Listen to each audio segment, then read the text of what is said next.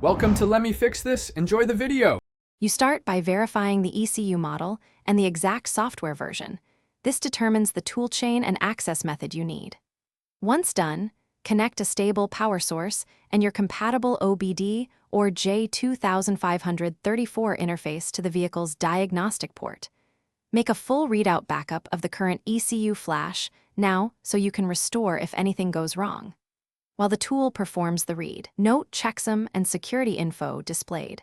These values guide unlocking and later verification. You next handle security and unlocking.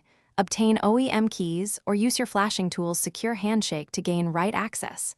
Make sure the calibration or tuning file matches ECU hardware and that you correct checksums before transfer. Then choose the correct flashing mode: bench for removed ECUs, bootloader for low-level access, or live flash when supported. During the write, monitor voltage and communication. Pause and abort if errors appear and document any fault codes so you can address them immediately. You finish by verifying the flashed image.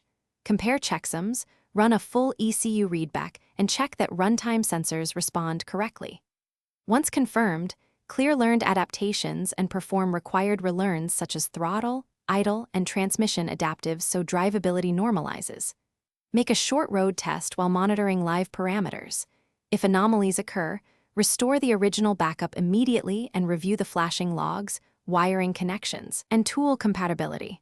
One key troubleshooting tip: if flashing consistently fails, test with a known good interface and stable vehicle battery.